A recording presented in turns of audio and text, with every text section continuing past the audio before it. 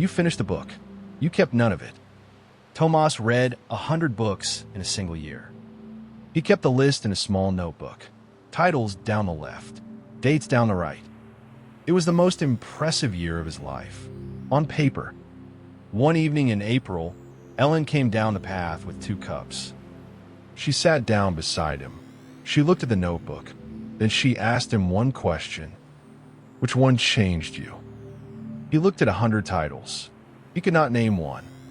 A year later, she asked him the same question again. That time he had an answer. It is the last thing I will tell you. You know this feeling. The saved articles. The podcast you finished this morning and cannot repeat now. Taking something in and keeping it are 2 different acts. The evening is where the second one happens, or does not. 5 things Tomas changed about his evenings. The 5th is the one almost nobody does. Stay for it. Number 1, before you put it down, say one sentence out loud about what you just read. Not a summary. One sentence. The thing you would tell someone at the door. Henry Roediger and Jeffrey Karpik at Washington University in St. Louis measured this in psychological science in 2006. People who read a passage once and then simply recalled it remembered far more a week later than people who read it again and again. Number 2, give the last hour of the day to paper, not to a lit screen. At Harvard Medical School and Brigham and Women's Hospital, people spent 4 hours on a bright tablet before bed, 5 evenings running. They took longer to fall asleep, and they were duller the next morning. That ran in the Proceedings of the National Academy of Sciences in 2015. The book on paper did none of it.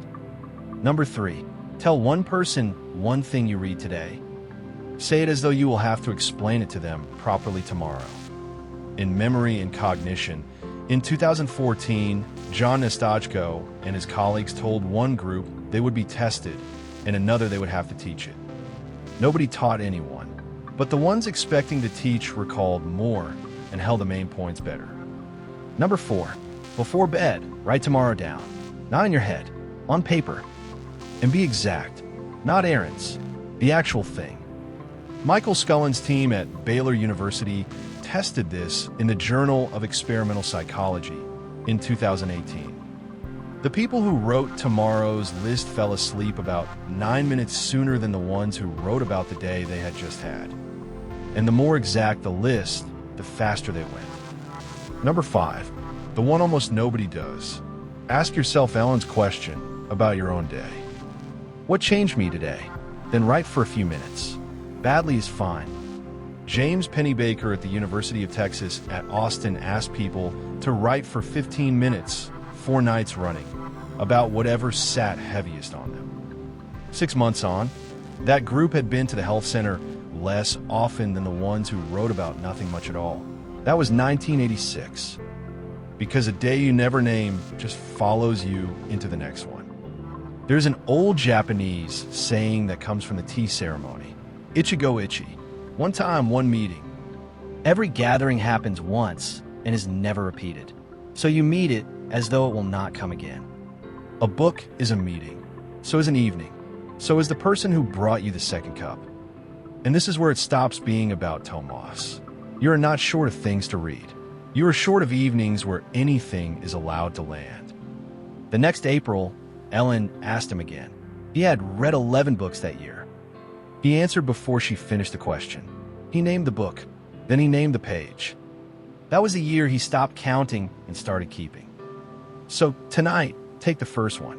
Before you put the book or the phone or the day down, say one sentence out loud about it. To an empty room is fine. It takes one quiet minute, and it is the minute the whole day was waiting for. The bench is still there under the blossom. There's still 2 cups on it. You do not need 100 of anything. You need one thing you can still say tomorrow.